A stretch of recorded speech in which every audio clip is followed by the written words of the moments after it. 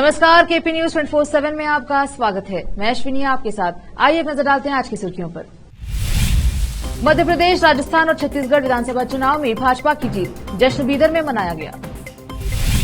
कर्नाटक विधानसभा का 10 दिवसीय सत्र हंगामेदार रहेगा क्योंकि विपक्ष सरकार की विफलताओं को उजागर करेगा। बीजेपी के यत्नाल का कहना है कि बीएस येदियुरप्पा को सत्ता का कभी न खत्म होने वाला लालच है। कांग्रेस का बिखरा सपना, राजस्थान और छत्तीसगढ़ में गई सरकार, बीजेपी मुख्यालय में पीएम मोदी का इंतजार। चुनाव नतीजों पर गदगद हुए सीएम शिंदे, कहा सेमीफाइनल पार, अब फाइनल में भी बनाएंगे सरकार।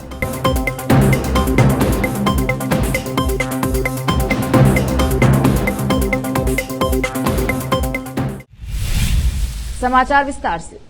मध्य प्रदेश, राजस्थान और छत्तीसगढ़ विधानसभा चुनाव में अभूता की अभूतपूर्व जीत के शुभ अवसर पर बीदर भाजपा जिला कार्यालय पर आतिशबाजी की गई और मिठाइयां बांटी गई। इस अवसर पर जिला अध्यक्ष शिवानंद मंथालकर, बीदर शहरी विकास प्राधिकरण के पूर्व अध्यक्ष बाबूवाली, प्रमुख राजशेखर नागमूर्ति, कार्यालय सचिव राजकुमार पाटिल, शशिधर आनंद मठ, जहीरुद्दीन राजप्पा, श्रीकांत मोदी, संगीता, योगेश्वरी, चिदानंद, इंद्राणी आदि उपस्थित रहे।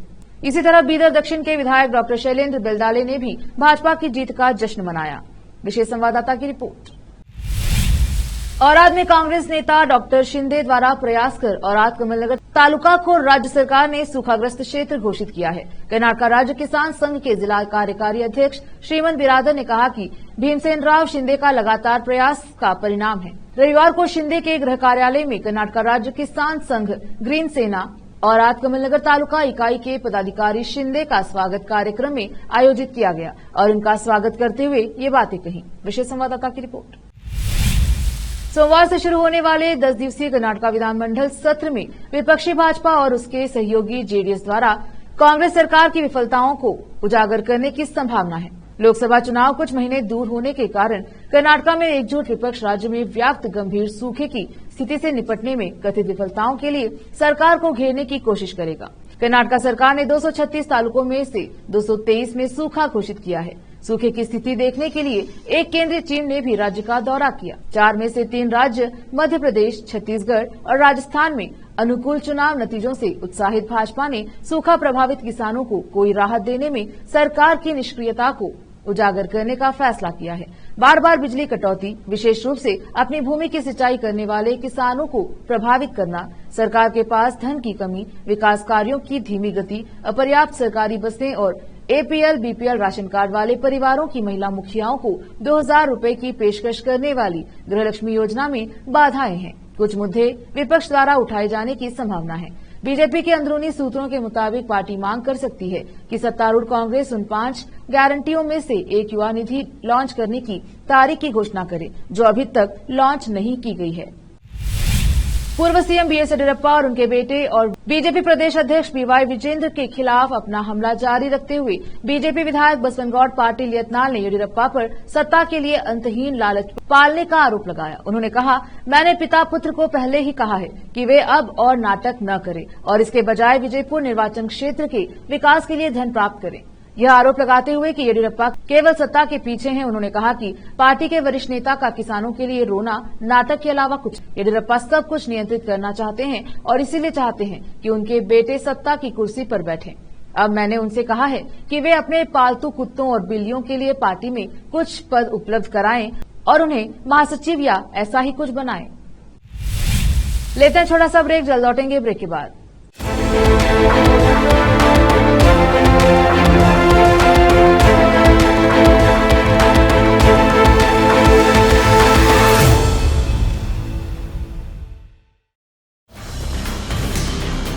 हिंदुस्तान के हर कोने में हम हैं मौजूद।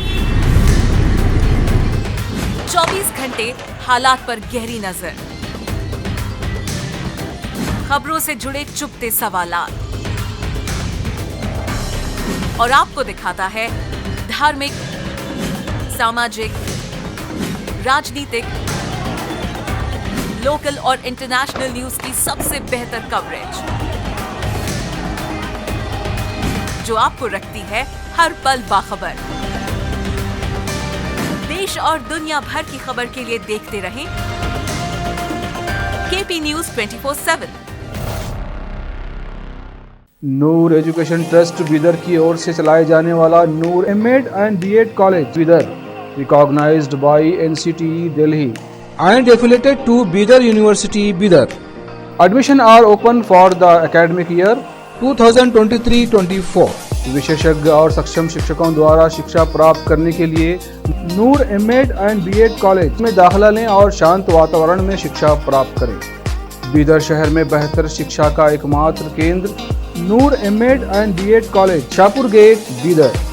Phone numbers 9945283920, 8482221297।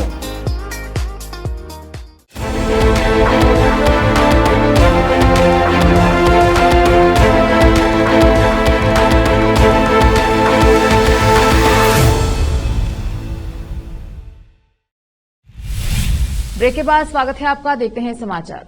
2024 में होने वाले लोकसभा चुनाव का सेमीफाइनल माने जा रहे 5 राज्यों के विधानसभा चुनाव में से आज मध्य प्रदेश, राजस्थान, छत्तीसगढ़ और तेलंगाना के नतीजों का दिन है।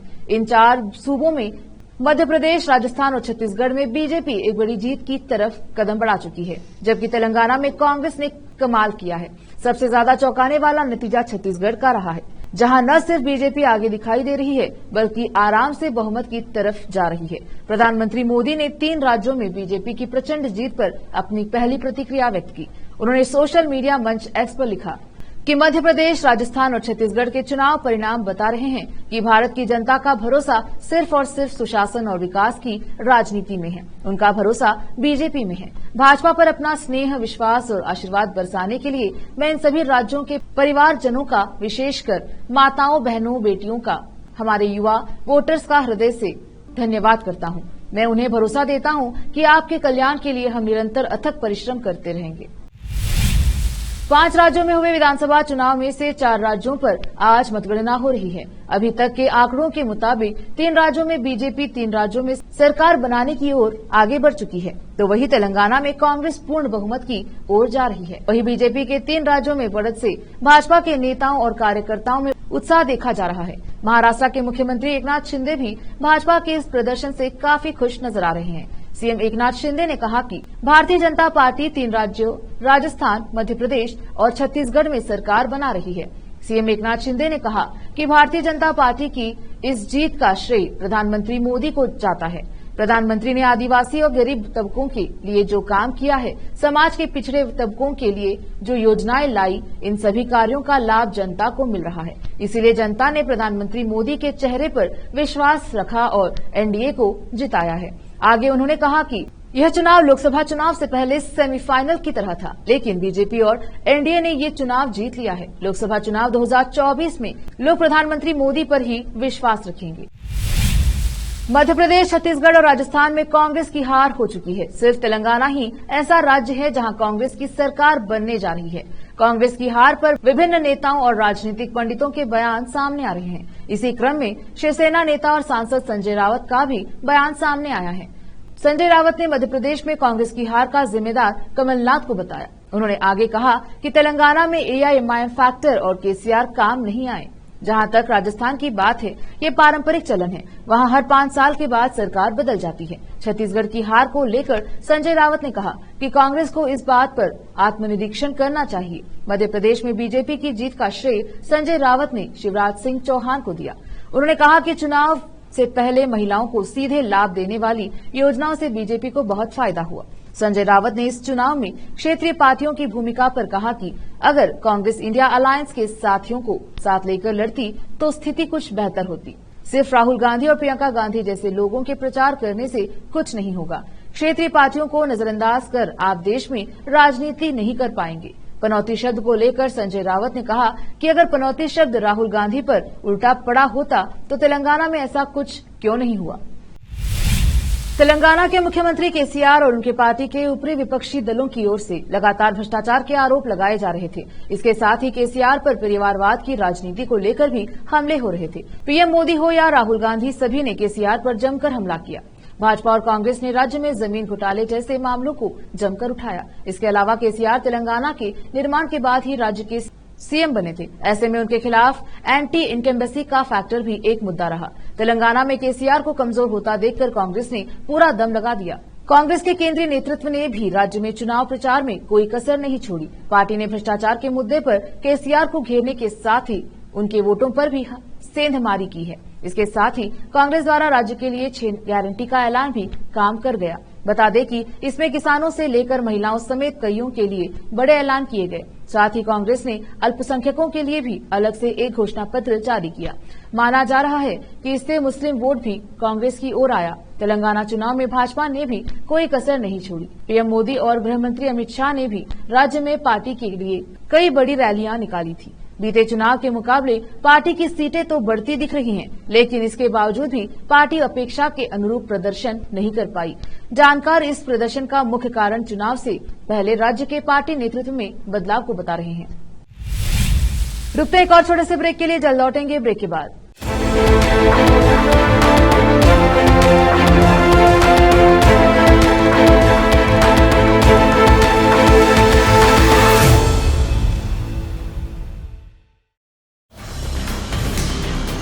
हिंदुस्तान के हर कोने में हम हैं मौजूद। 24 घंटे हालात पर गहरी नजर, खबरों से जुड़े चुपते सवालात, और आपको दिखाता है धार्मिक, सामाजिक, राजनीतिक, लोकल और इंटरनेशनल न्यूज की सबसे बेहतर कवरेज, जो आपको रखती है हर पल बाखबर। देश और दुनिया भर की खबर के लिए देखते रहें केपी न्यूज 24/7।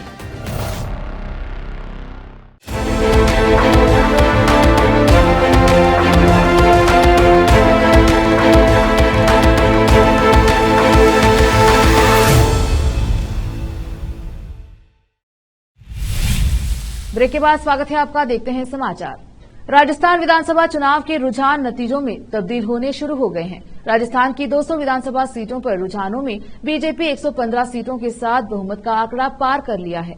नतीजों में बीजेपी अब तक 43 सीटें जीत चुकी है, जबकि कांग्रेस रुझानों में 69 सीटों पर आगे चल रही है, जिसमें से 23 सीटों पर जीत दर्ज कर चुकी है। इसी बीच राजस्थान की सबसे हॉट सीट झालावाड़ जिले की झालारपटना विधानसभा सीट पर पूर्व मुख्यमंत्री वसुंधरा राजे ने शानदार जीत दर्ज कर ली है। उन्होंने कांग्रेस प्रत्याशी रामलाल चौहान को 53,000 से ज्यादा मतों से शिकस्त दी। राजस्थान में बीजेपी की जीत की ओर बढ़ते कदम पर वसुंधरा राजे की पहली प्रतिक्रिया सामने आई है। वसुंधरा राजे ने कहा, राजस्थान की जो शानदार जीत है वह माननीय प्रधानमंत्री मोदी की है, जिनका मंत्र सबका साथ, सबका विकास और सबका प्रयास था। यह पीएम मोदी की दी गई गारंटी की जीत है। ये जीत केंद्रीय गृह मंत्री अमित शाह की रणनीति और बीजेपी के राष्ट्रीय अध्यक्ष जेपी नड्डा के कुशल नेतृत्व की है। यह जीत हमारे कार्यकर्ताओं की है, जिन्होंने अथक मेहनत की। यह जीत जनता जनार्दन की है, जिसने कांग्रेस के कुराज को नकारा और बीजेपी के सुराज को अपनाया है। यह जीत 2024 में मोदी जी को फिर से देश की सेवा के लिए अवसर देने की जीत है। मुझे ऐसे ही नतीजों की उम्मीद थी। ये मोदी के विजन की जीत है। विधानसभा जीते हैं, लोकसभा भी जीतेंगे। 2024 में भी जनता हमें ही जिताएगी। राजस्थान, मध्य प्रदेश, छत्तीसगढ़ और तेलंगाना विधानसभा चुनाव के लिए वोटों की गिनती जारी है। रुझानों के अनुसार अगर तेलंगाना को छोड़ दे तो बाकी के राज्यों में कांग्रेस की हालत बुरी हो चुकी है। दूसरी ओर भाजपा राजस्थान व छत्तीसगढ़ में सत्ता में वापसी करती नजर आ रही है। वहीं मध्य प्रदेश की सत्ता भी बरकरार रख रही है। ऐसे में कांग्रेस की इस बुरी हालत पर कांग्रेस के अपने ही नेता आचार्य प्रमोद कृष्णन ने कड़ा बयान जारी किया है। कांग्रेस नेता आचार्य प्रमोद कृष्णन ने कांग्रेस के इस बुरे प्रदर्शन पर रिएक्शन देते हुए कहा कि कांग्रेस पार्टी को सनातन का श्राप ले डूबा है। उन्होंने कहा कि सनातन का विरोध करने से पार्टी डूब गई है। कृष्णन ने कहा कि भारत भावनाओं का देश है। इस देश ने जाति आधारित राजनीति को कभी भी स्वीकार नहीं किया। कांग्रेस का प्रदर्शन सनातन का विरोध करने का अभिशाप है। हमास शासित गाजा के स्वास्थ्य मंत्रालय ने कहा कि मृतक संख्या 15,200 के आंकड़े को पार कर चुकी है। मृतकों में 70% महिलाएं और बच्चे हैं। इस आंकड़े की घोषणा शनिवार को मंत्रालय के प्रवक्ता अशरफ अल किद्रा ने की। उन्होंने इस बारे में अधिक विवरण नहीं दिया। इसके पहले मंत्रालय ने अपने पूर्व के विवरण में कहा था कि 13,300 से अधिक लोगों की मौत हो चुकी है, लेकिन इस संख्या में अधिक इजाफे की वजह के बारे में किद्रा ने कुछ नहीं बताया। मंत्रालय नागरिकों और लड़ाकों में फर्क नहीं करता है। अशरफ अल किद्रा ने कहा कि 40,000 से अधिक लोग घायल हुए हैं। हमास के साथ हफ्ते भर के संघर्ष विराम के बाद इजरायल ने नए सिरे से हमला तेज कर दिया। जिससे नागरिकों के और अधिक संख्या में हताहत होने को लेकर फिर से चिंता बढ़ गई है। हालांकि अमेरिका ने अपने सहयोगी देश इजरायल से कहा है कि वह नागरिकों की रक्षा के लिए हर संभव कदम उठाएगा। इजरायल ने शनिवार को दक्षिणी गाजा के खान यूनिस क्षेत्र पर कई हमले किए। सेना ने कहा कि उसने हवाई बमबारी, टैंक और अपनी नौसेना के जरिए इस दौरान हमास के 50 से अधिक ठिकानों पर हमला किया। इजरायल और हमास के बीच जंग के बाद लगा अस्थायी युद्ध विराम समाप्त हो चुका है। इसके बाद फिर इजरायली सेना ने गाजा पर ताबड़तोड़ फायरिंग की। जंग में अब तक 15,000 लोगों के मारे जाने की जानकारी है। संघर्ष विराम के बाद एक बार फिर जंग शुरू होने पर अमेरिका ने चिंता व्यक्त की।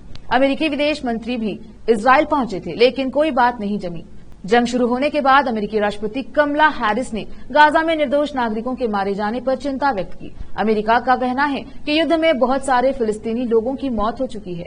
अमेरिका की उपराष्ट्रपति कमला हैरिस शनिवार को दुबई में एक प्रेस कॉन्फ्रेंस में शामिल हुई। इस दौरान उन्होंने युद्ध के मुद्दे पर गहराई से बात की। उन्होंने कहा कि इजरायल अपनी रक्षा कैसे करता है यह मायने रखता है। अमेरिका का रुख स्पष्ट है। हमारा मानना है कि अंतर्राष्ट्रीय मानवीय कानूनों का सम्मान किया जाना चाहिए। निर्दोष फिलिस्तीनी लोग मारे जा रहे हैं। नागरिकों की पीड़ा का स्तर और गाजा से आने वाली तस्वीरें विनाशकारी हैं। यह दिल तोड़ने वाला है। हमारा मानना है कि इजरायल को निर्दोष लोगों की रक्षा के लिए और अधिक प्रयास करने चाहिए। फिर से एक नजर आज के मुख्य समाचारों पर। मध्य प्रदेश, राजस्थान और छत्तीसगढ़ विधानसभा चुनाव में भाजपा की जीत, जश्न बीदर में मनाया गया।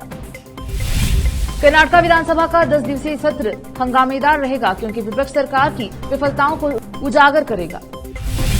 बीजेपी के यत्नाल का कहना है कि बीएस येदियुरप्पा को सत्ता का कभी न खत्म होने वाला लालच है।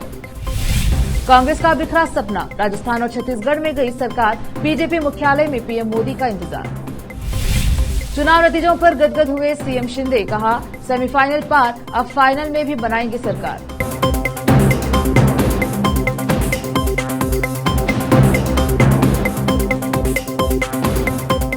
केपी न्यूज के बुलेटिन में आज इतना ही। देखते रहिए केपी न्यूज 24/7। धन्यवाद।